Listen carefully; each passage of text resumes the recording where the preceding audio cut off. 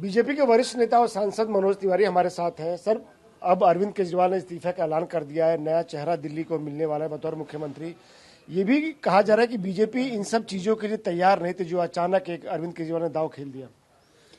अरविंद केजरीवाल जी ने कोई दांव नहीं खेला है। कोर्ट ने अरविंद केजरीवाल जी की सारी मुख्यमंत्री की शक्तियां छीन ली। इसको छुपाने की कोशिश कर रहे हैं अरविंद केजरीवाल जी, बार बार छुपाने की कोशिश कर रहे हैं। कोर्ट ने इस बार जब बेल दिया इतने लंबे समय बाद, तो स्पष्ट कह दिया फाइल साइन नहीं कर सकते, सीएम ऑफिस जा नहीं सकते, तो सीएम किस बात के। ये भी मुख्यमंत्री के अधिकार छीन करके मुख्यमंत्री पद से सस्पेंड करने जैसा एक निर्णय था कोर्ट का, सुप्रीम कोर्ट का। अब ये अरविंद केजरीवाल है, अब दूसरा कोई ऐसा कदम उठाएंगे जिससे वो बात छुप जाए। ये इस्तीफा सिर्फ एक बहाना है, उनको जो कोर्ट से सजा मिली है उसको छुपाना है, कोशिश छुपाना है उसको। क्या बीजेपी इसके लिए तैयार थी, तैयार है? देखिए, बीजेपी तो ऑलरेडी झुग्गियों में है, बीजेपी ऑलरेडी अनऑथराइज कॉलोनियों में काम कर रही है। क्या आम आदमी पार्टी को इस बात की चिंता हुई कि अनऑथराइज कॉलोनियों में लोगों के मीटर क्यों नहीं लग रहे हैं? आपको जान करके दुख होगा कि टेम्पररी मीटर दे दे करके आम आदमी पार्टी के नेताओं ने 18 रुपया पर यूनिट, 21 रुपया पर यूनिट वसूल रहे हैं। क्या इसकी चिंता उनको हुई? पूरा दिल्ली में सड़कें टूटी हैं, गड्ढे हुए हैं, क्या इसकी चिंता इन लोगों को हुई? पानी गंदा है तो थोड़ी चर्चा हो जाती है, जमुना जी गंदी है चर्चा हो जाती है, लेकिन आज के डेट में बुजुर्गों का पेंशन बंद है, हर कोई अपने भाग्य को रो रहा है दिल्ली में रहने का। तो इसका जवाब अब अरविंद केजरीवाल जी से मांगेगी दिल्ली। हमको इस पूरे एपिसोड में सबसे अच्छा ये लगा कि अरविंद केजरीवाल बोलेंगे हम गलियों में जाएंगे।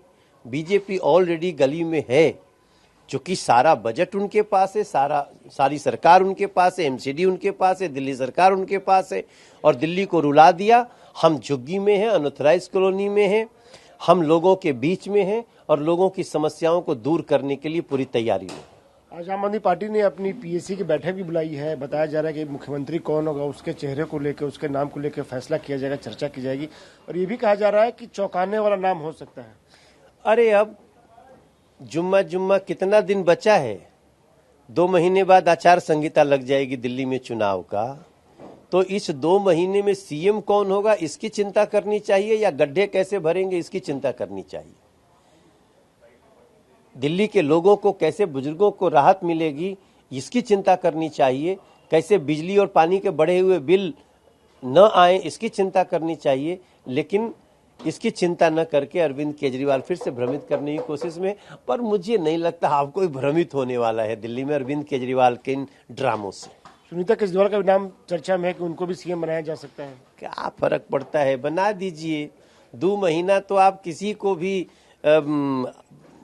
को भी बना दो तो संवैधानिक रूप से आप बना ही सकते हैं। आप नहीं रह सकते हो। आपको कोर्ट ने कहा कि आप सीएम फाइल पे साइन करने लायक नहीं हो अरविंद केजरीवाल। चुनाव नवंबर में हो या फरवरी में हो, बीजेपी अब क्या करने जा रही है? क्या क्या आप लोग स्टेप उठाने जा रहे हैं, खासतौर से आम आदमी पार्टी को काउंटर करने के लिए? स्टेप उठा चुके हैं। हमारा तो देखिए, मनोज तिवारी जाना क्यों जाता है झुग्गियों में प्रवास के लिए। कम से कम 44 रात और शाम रह करके मैंने झुग्गी के लोगों की समस्याओं को समझा है। जैसे हम बीजेपी की सरकार बनती है हम लोग उसको एग्जीक्यूट करेंगे। हम अपना नोटबुक बनाए हुए हैं, जमुना जी साफ कैसे होंगी। हम झुग्गियों में काम कर रहे हैं, हम अनऑथराइज कॉलोनियों में काम कर रहे हैं, हम उन कॉलोनियों में जहां रिसेटलमेंट कॉलोनियां हैं उनको काम कर रहे हैं। दिल्ली में म्यूटेशन नहीं हो रहा है लोगों का, हम उस पर काम कर रहे हैं, और हम जल्दी इस पे निदान देने की तरफ बढ़ रहे हैं। अरविंद केजरीवाल उसमें रोड़ा बने हुए हैं। हम कैसे 5 लाख का फ्री इलाज दें, उस आयुष्मान योजना को चालू कराने में लगे। कैसे प्रधानमंत्री आवास योजना अरविंद केजरीवाल रोके हुए उसको चालू कराने के लिए हम झुग्गी झोपड़ी, अनऑथराइज कॉलोनी, दिल्ली के गलियों में, गाँव में, यहाँ पे हम घूम रहे हैं, कॉलोनियों में घूम रहे हैं। जो करप्शन का आरोप आप लोग लगाते हैं अरविंद केजरीवाल पे, जिसके चलते उनको जेल भी हुई थी, क्या इसको लेके भी सभी कॉन्स्टिट्यूंसी में आप लोग जाएंगे, प्रोटेस्ट करेंगे? 100% हम शुरू कर चुके हैं। हमारे कहीं यूथ के साथ संवाद चल रहा है, तो कहीं हमारे किसानों के साथ संवाद चल रहे हैं। हम गांव गांव, झुग्गी झुग्गी, अनऑथराइज कॉलोनी, हर जगह हम अपने कार्य में लगे हैं कि दिल्ली को इस बर्बादी से वापस लाया जाए, बचाया जाए। और अरविंद केजरीवाल जैसे लोगों को तो दिल्ली अब मन से भी गिरा चुकी है, वोट आउट भी करेगी। एक आखिरी सवाल, हरियाणा में भी विधानसभा चुनाव है, क्या आपको लगता है कि अरविंद केजरीवाल का इस कदम का असर कुछ हरियाणा विधानसभा चुनाव पे पड़ेगा? तो इसीलिए तो वो इमोशनल कार्ड खेल रहे हैं।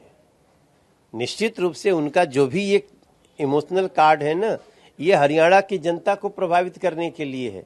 मैं समझता हूं कि हरियाणा की जनता इनके चक्कर में न आए। अरविंद केजरीवाल बहुत ही खतरनाक मानसिकता के नेता हैं, जिनका काम सिर्फ और सिर्फ लूट और झूठ है। शुक्रिया हमसे बात करने के लिए। कैमरा राजीव रंजन के साथ आनंद प्रकाश पांडे, टीवी लैंड, भारतवर्ष।